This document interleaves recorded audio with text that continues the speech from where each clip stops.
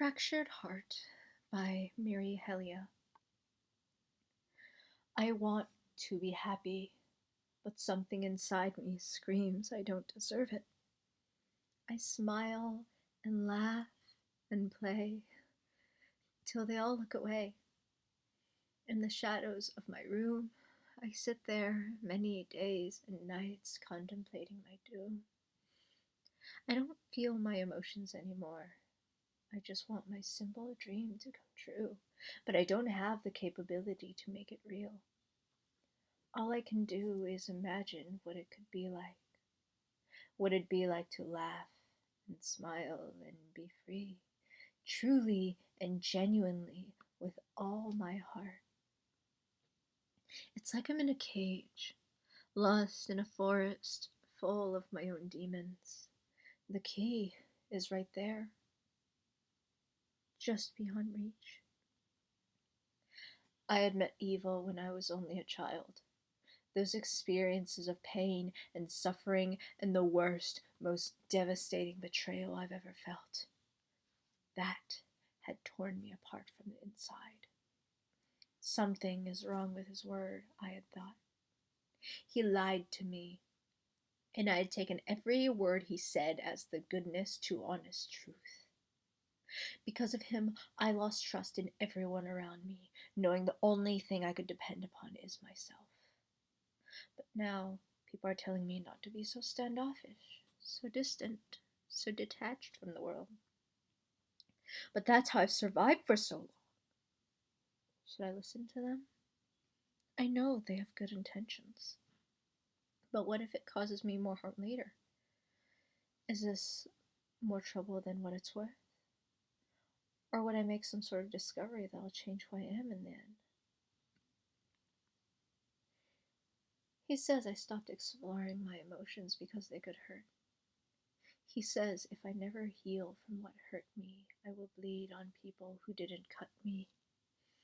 He says I just need to be trustful, to be truthful with my own soul and let it speak. But I'm scared. I'm scared to let others see what's left of my fractured heart, with blood-stained pieces so sharp they stab at every vulnerable part of me. I don't know what'll happen if I analyze and evaluate those emotions. If I take those pieces of me out of that box and analyze them for what they're worth. What those realizations will do to me. What will happen if I just take a peek, take a risk. I want to, so I can get past this hurdle in my life.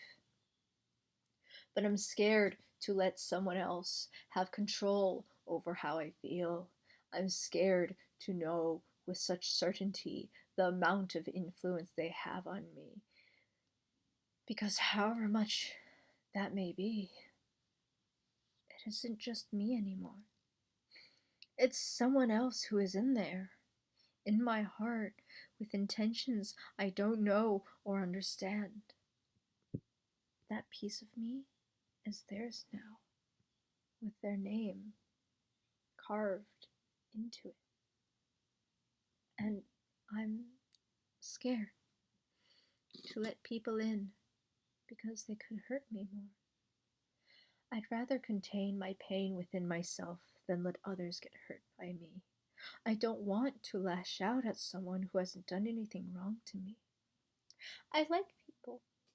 I love spending time with people because many times it makes my emptiness go away for a bit.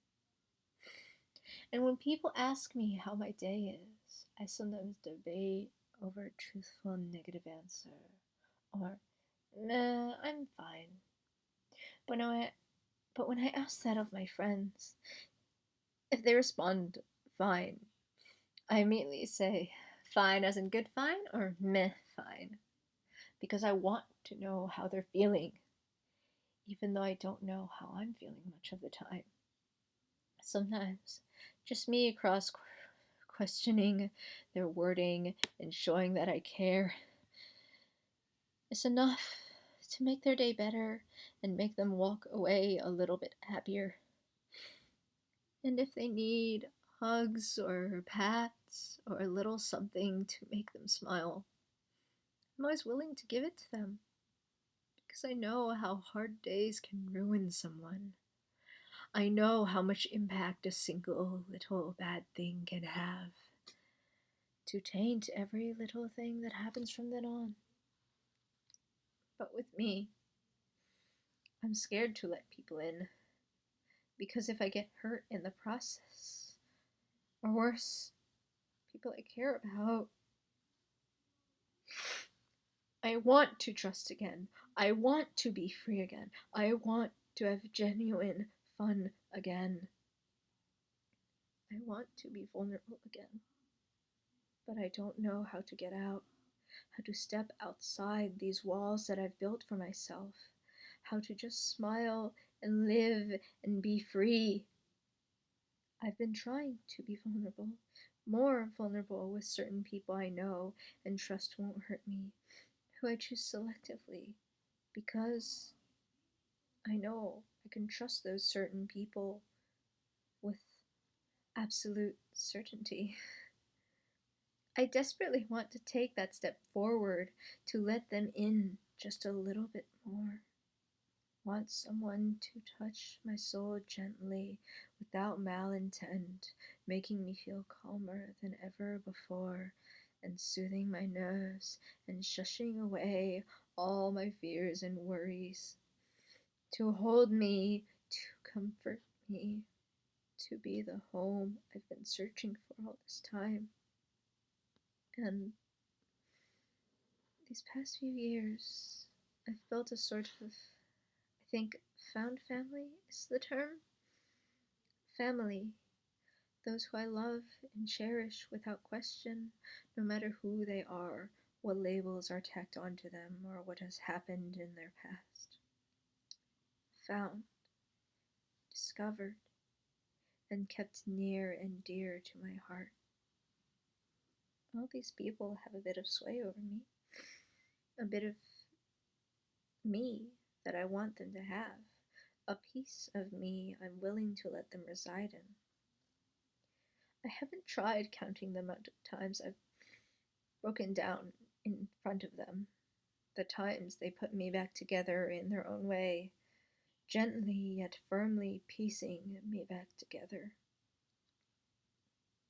I'm not used to such kindness, such giving hearts, so generous with their time, their precious time that they could spend on other people far more worthy. I tend to lash out and call people names because I don't know how to deal with this. What's the proper way to react or respond to this? Many of them have termed it as my aggressive affection side. I don't know how to respond, so I put up my shields a bit, but I trust them enough to know they won't hurt me, so I don't raise those shields up all the way. I'm working on it. I'm trying to be more emotionally vulnerable with everyone. It's a work in progress. It's taking time to think over how I feel and finding a person I can express it with while still feeling comfy and safe. I'm trying. I want to be able to express so many emotions, so openly, so freely that they would just come pouring right out of me. I envy those children who are able to scream and laugh and smile and cry and just exist without a care in the world. Many times I wish to be like them. So give me a bit of time if I'm unable to speak my mind. I'm actively working on it. I like being me, but when I can't describe my emotions, how I've always used to describe everything before. When my writing fails me, I just need a bit of time to accurately portray and define what I'm feeling in my heart. Thank you for your time and patience in every little facet of my life.